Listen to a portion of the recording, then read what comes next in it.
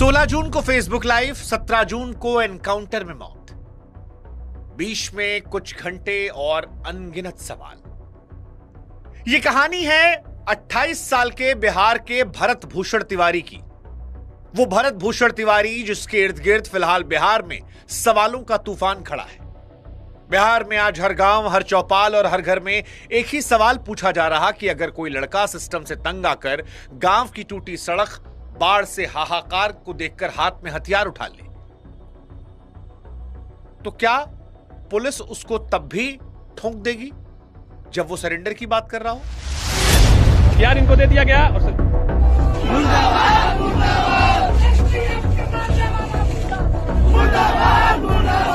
Court में ना कोई अपराधी है, न चोर है, न चंडाल है। ये तो समाज सेवा कर रहा है।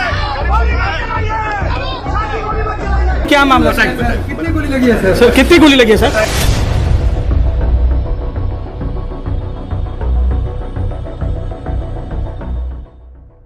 सरेंडर पर एनकाउंटर क्या जायज है?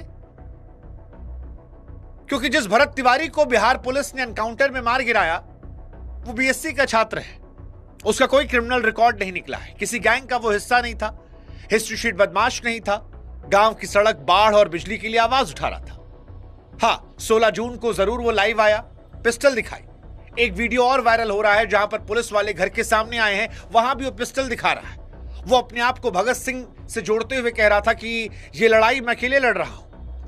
लेकिन इस लाइव खत्म होने के बाद पुलिस एसटीएफ पहुंचती है और कुछ ही घंटों में वो जिंदा नहीं बचता। और यहीं से सवाल उठता है कि जिस देश में नक्सलियों को भी सरेंडर करवाया जाता है, वहां पर बिहार में एक लड़के को कट्टा दिखाने के लिए क्या एनकाउंटर में मार गिराया जाता? भरत तिवारी की कहानी इसलिए परेशान करती है क्योंकि अगर किसी का लड़का भी किसी गलत रास्ते पर जा रहा हो और हथियारों के जरिए एक सोच को मुकम्मल करना चाहता हो, दिखाकर, अमल कर नहीं, तो क्या उसको मार डाला जाएगा? हालांकि पुलिस का तर्क अलग है। पुलिस कहती है कि भरत ने 8-10 राउंड फायरिंग की, इसलिए हमने गोली से उड़ा दिया। मुख्यमंत्री कहते हैं कि वो मानसिक तौर पर विक्षिप्त था, हम उसे अस्पताल भिजवाने वाले थे। और मां कहती है कि मेरा बेटा पिस्टल सौंपकर सरेंडर कर रहा था। परिवार कहता है कि निहत्थे लड़के पर गोलियां दाग दी गई। जनता के मन में सवाल है कि सच कौन बोल रहा है? सच क्या है? अगर कार्रवाई सही थी तो फिर शाहपुर थानेदार समेत 4 पुलिसकर्मियों को बिहार पुलिस ने सस्पेंड क्यों किया? अगर वो गोली चला रहा था तो पुलिस की कार्यशैली सही थी, ऐसे में पुलिसकर्मियों को सस्पेंड क्यों? और अगर सस्पेंड किया गया तो क्या जो परिवार आरोप लगा रहा है वो सही है? एक बेकसूर को एनकाउंटर में मार गिराया गया। सीएम सम्राट चौधरी, जिन्होंने पहले कहा था कि डीजीपी ने बताया है कि वो मानसिक तौर पर थोड़ा डिस्टर्ब है, उसे अस्पताल भेजना है, पुलिस को कट्टा दिखाने वाले वीडियो से वो भी परेशान थे। क्या वो इतने बेखबर थे कि ये अपराधी था? और अगर वो पहले मानसिक विक्षिप्त था तो बाद में अपराधी कैसे निकला जिसे गोली मार दी गई? क्या पुलिस वालों ने, डीजीपी ने मुख्यमंत्री को गलत जानकारी दी? और अगर यह एनकाउंटर सही है तो फिर सम्राट चौधरी के अपने मंत्री मिथिलेश तिवारी ये क्यों कह रहे हैं कि एनकाउंटर गलत है? इसको उसके आपराधिक इतिहास का पता लगाना चाहिए था। और हाफ इनकाउंटर, अगर इनकाउंटर जरूरी भी था तो हाफ इनकाउंटर करना चाहिए। बड़े बड़े आतंकवादियों को भी पहले पैर में गोली मारी जाती है, अपराधियों को पैर में गोली मारी जाती है। यहां 4 से 5 गोली मारकर एक व्यक्ति को मार डालने के पीछे पुलिस की सोच क्या थी? ये सारे सवाल वो हैं जिनको लेकर आज देश बटा हुआ है। कुछ लोग जात के नाम पर, कुछ लोग एक मासूम की मौत के नाम पर, कुछ बिहार पुलिस के इस रवैये को लेकर। लेकिन आज इस कहानी को समझना, सोचना जरूरी है। और इसीलिए आज इस पूरी कहानी को, इनके दोनों पक्षों को बिना किसी पक्षपात के हम रखने वाले हैं, क्योंकि हमारी नजर में यह कहानी सिर्फ भरत की नहीं है, यह आपके लिए भी कहानी है, ये बिहार की कहानी, ये देश की कहानी है। और सच छिपना नहीं चाहिए, यह हमारी जिम्मेदारी है पत्रकार के तौर पर। इसलिए आज इस विषय में हम चाहते हैं कि जोर शोर से हम सवाल उठाएं दोनों तरफ के, और आप हमारा साथ देकर इसे दूर तक पहुंचाइए। आपका हमारा रिश्ता मजबूत होगा तो ऐसे विषयों पर हम आवाज मजबूत कर सकते हैं। भरत तिवारी एनकाउंटर केस में आज हम 5 सवाल पूछना चाहेंगे। सवाल नंबर 1, क्या बिहार पुलिस इतनी सक्षम नहीं थी कि एक आदमी का हथियार छिनवा कर उसे सरेंडर करवा लेती? क्या एनकाउंटर करना आखिरी नियम था? दूसरा सवाल, भरत तिवारी केस में जो वीडियो आ रहा है जहां पर कट्टा वो फेंक देता है और कहता है सरेंडर, और जो परिवार भी कह रहा है, मां कह रही है कि सरेंडर किया था, तो सरेंडर करने के बाद उसको गोली क्यों मारी गई? सवाल नंबर 3, अगर बिहार के मुख्यमंत्री सम्राट चौधरी ये कहते हैं कि मैं हैरान था मेरी पुलिस ने एक आदमी को पकड़ा क्यों नहीं जब वो कट्टा दिखा रहा था, और फिर कहा कि डीजीपी हमसे कहे कि वो मेंटली डिस्टर्ब इंसान था, तो वही सम्राट चौधरी जिनके नीचे बिहार की पूरी पुलिस है, उनकी पुलिस ये थ्योरी क्यों दे रही है कि 10-12 गोली मारी, हमने मार दिया? या तो डीजीपी ने मुख्यमंत्री को बेवकूफ बनाया या मुख्यमंत्री ने गलत स्टेटमेंट दिया। लेकिन फिर इसी सवाल है कि अगर भरत तिवारी ने पुलिस वालों पर गोलियां चलाई तो फिर पुलिस वालों को बिहार पुलिस ने सस्पेंड क्यों किया? अगर पुलिस वाले निर्दोष हैं तो पुलिस वालों को सस्पेंड क्यों किया गया? और क्यों ना समझा जाए कि सस्पेंशन जो है वो शक बढ़ा रहा है? चौथा, अगर वो बीमार था, मेंटली डिस्टर्ब था, तो जो देश का कानून कहता है कि अस्पताल पहुंचाना चाहिए, ईश्वर के पास नहीं, वो नीति क्यों नहीं अपनाई गई? भारत का कानून कहता है कि एनकाउंटर आखिरी चारा है, तो जिस देश में अलगाववादियों को, आतंकवादियों को, नक्सलियों को सरेंडर करने का मौका दिया जाता है, वहां पर इस लड़के को सरेंडर करने का मौका क्यों नहीं दिया गया? ये 5 सवाल बिहार सरकार से, बिहार पुलिस से और देश की जनता से हम पूछना चाहते हैं। अब सबसे पहला सवाल कि भरत तिवारी कौन था? तो जितना सोशल मीडिया के जरिए हमने जाना, भरत तिवारी एक नया लड़का जो गांव में लोगों की मदद कर रहा था, जो बागेश्वर बाबा का भक्त था, हिंदू राष्ट्र की स्थापना करने की बात को लेकर मध्य प्रदेश तक पैदल गया था, कई जगहों पर गरीबों की मदद करने वाले वीडियोस के वायरल हो रहे हैं। भगत सिंह साहब से वो बड़ा इंस्पायर्ड था, उसकी नजर में क्रांति लाना जरूरी था। कुछ वीडियोस ऐसे आए हैं जहां पर वो कट्टा वट्टा का इस्तेमाल करते दिखाई पड़ रहे हैं। अगर पिता की नजरिए से देखें तो भरत तिवारी वो लड़का है जो गांव में इलेक्ट्रिक बाइक का शोरूम खोलने की तैयारी कर रहा था, लाइसेंस की अर्जी दी थी, यानी पिता की नजर में वो भविष्य के सपने बुन रहा था, ये परिवार कह रहा है।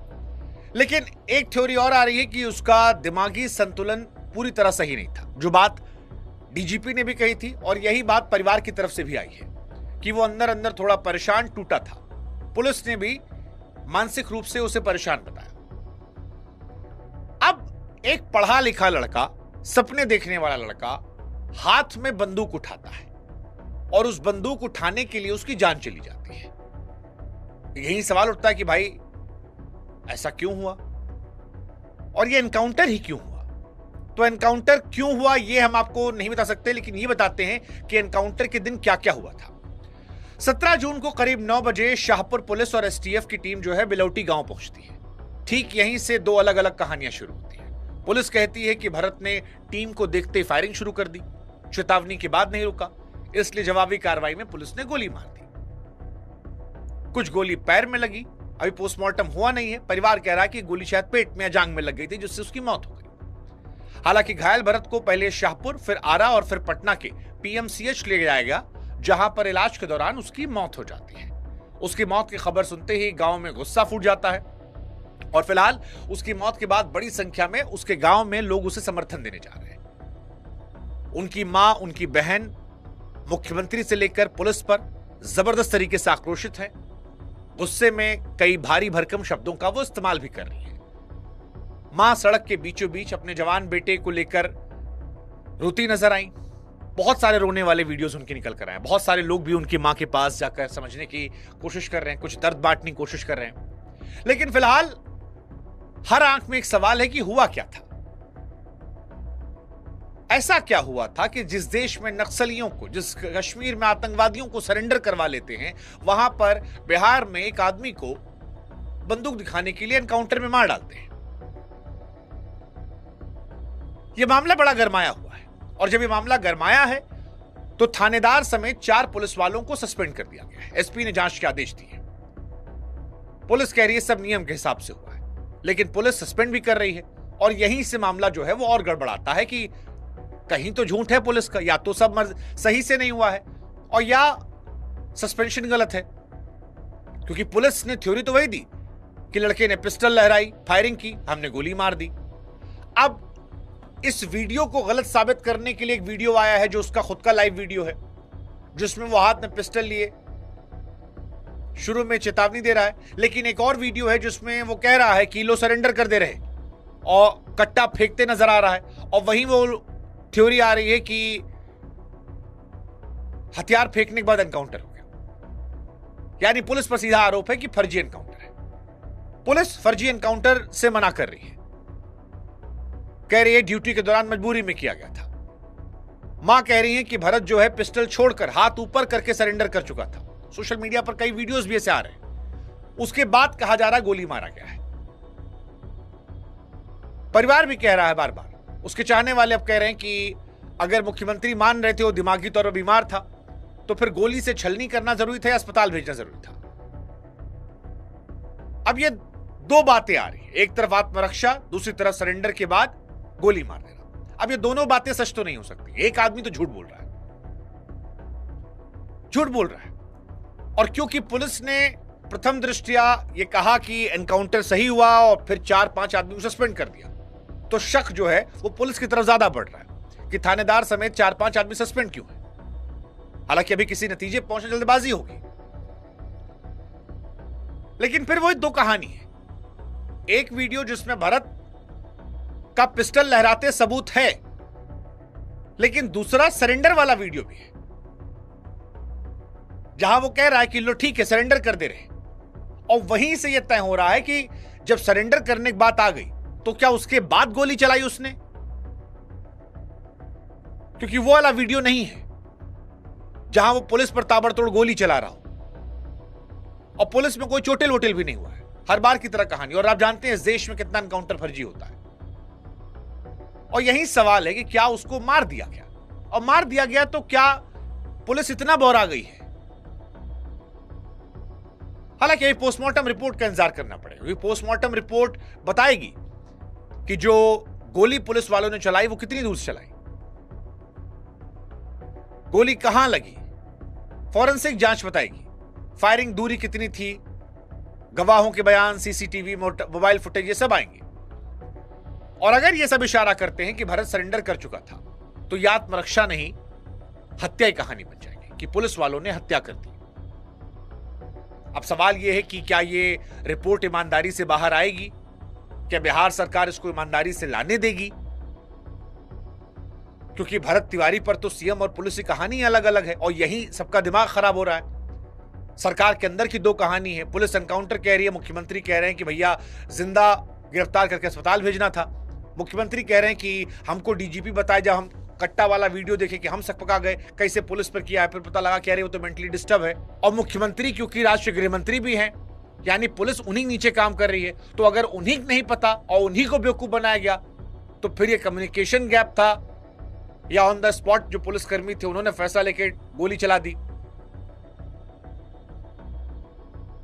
अगर सही किया था तो फिर सस्पेंड क्यों किया गया, क्योंकि बेकसूर को सजा तो दी नहीं आती। पुलिस वालों पर अगर उसने गोली चलाई, अगर वो अपराधी था और पुलिस वालों को मारने की कोशिश करा था तो फिर अपनी जान बचाने वाले पुलिसकर्मियों को सस्पेंड तो करना नहीं था। उन्हें बेकसूर को सजा क्यों दी गई। लेकिन अगर उसने गोली नहीं चलाई और पुलिस वाले बेकसूर नहीं थे और सजा सही दी गई सस्पेंशन की, तो सस्पेंशन अपने आप में चीख चीख कह रहा है कि भैया गड़बड़ है, गड़बड़ है। देखिए कानून को भी समझना पड़ेगा आपको। भरत तिवारी केस में जो एनकाउंटर हुआ है उसमें कानून क्या कहता है हम आपको समझाते हैं। एनकाउंटर को लेकर सुप्रीम कोर्ट का नियम साफ है। हर एनकाउंटर पर एफआईआर, निष्पक्ष जांच, मजिस्ट्रेट से जांच और मानवाधिकार आयोग को खबर देना जरूरी है। कोर्ट बार बार कहता है कि एनकाउंटर पुलिस का आखिरी रास्ता है, पहला नहीं। और अगर जांच में साबित हो जाए कि किसी सरेंडर कर चुके या निहत्थे आदमी को मारा गया तो यह एनकाउंटर नहीं, हत्या का मामला होता है। नए कानून बीएनएस की धारा 103 जो पहले के 302 के बराबर है, इसमें उम्र कैद से लेकर फांसी तक की सजा है। नौकरी भी जाएगी पुलिस वालों की। और यहां पर एक बात और समझ लीजिए, अगर कोई दिमागी रूप से आदमी बीमार है तो कानून कहता है उसका इलाज, उस पर गोली ना चलाया जाए। मतलब अगर पुलिस सही है तो जांच में बच निकलेगी, लेकिन अगर पुलिस ने गलती की है या वो मानसिक तौर पर डिस्टर्ब था तो पुलिस की वर्दी बचा नहीं पाएगी। ये बहुत बड़ी बात है। और आज इसीलिए शायद भरत तिवारी को लेकर बहुत सारे लोग सामने आए हैं। भरत तिवारी क्या पूरा सही था? नहीं। कट्टा निकालना, पुलिस पे लहराना, लाइव आना। लेकिन सवाल यह है कि इतना बड़ा बिहार पुलिस क्या एक लड़के को सरेंडर नहीं करवा पाई? क्या एनकाउंटर कर देना ही आखिरी सोल्यूशन था? और अब सरकार के जब अपने मंत्री सरकार से सवाल पूछ रहे हैं, वो कह रहे हैं कि मारने के बजाय घायल पकड़ा सकता था, तो आप समझ लीजिए कि अंदर कहानी क्या होगी। बहुत महत्वपूर्ण सवाल है। क्या हमारी पुलिस के पास कोई ऑप्शन नहीं था उसे गोली मारने के अलावा? और आज ये सवाल बहुत लोगों के मन में है कि अगर आदमी आक्रोशित होकर समाज से, कानून से मान लो कोई ऐसा कदम उठा ले तो सीधी जान से मार दोगे। और सबसे जरूरी बात है कि हीरो या विलन से पहले ठीक है, आप लोग भी थोड़ा धैर्य रखिएगा। एक इंसान की जान गई है, एक मां की गोद सुनी हुई है। इंसाफ का रास्ता सीधा है। एक आजाद निष्पक्ष जांच जिसकी निगरानी अदालत करे, पोस्टमार्टम, फॉरेंसिक रिपोर्ट जनता के सामने आए और जो भी दोषी निकले, चाहे वो वर्दी वाला हो, कुर्सी वाला हो, उस पर कार्रवाई हो। इतना तो चाहिए। और आप लोग जनता, आप लोग भी हिंसा मत कीजिएगा। हाथ जोड़ के विनती कर रहे हैं आपसे। तरीका गलत होता है। असली ताकत सवालों में रखिए। एक जागे हुए नागरिक का सवाल किसी की बंदूक की ताकत से ज्यादा ताकतवर होता है। यही लोकतंत्र की असली जान है। बाकी भरत तिवारी केस को लेकर आप क्या सोचते हैं, आप कमेंट सेक्शन में बता सकते हैं। हमसे जुड़िए, अधिक से अधिक इस आवाज को शेयर कीजिए, क्योंकि आज ये सवाल भरत के लिए, याद रखिए कल ये सवाल हम में से किसी के लिए हो सकता है। सवाल आज भी वही है, इलाज गोली थी या कानून? और सवाल पूछते रहिए। जय हिंद, जय भारत, नमस्कार।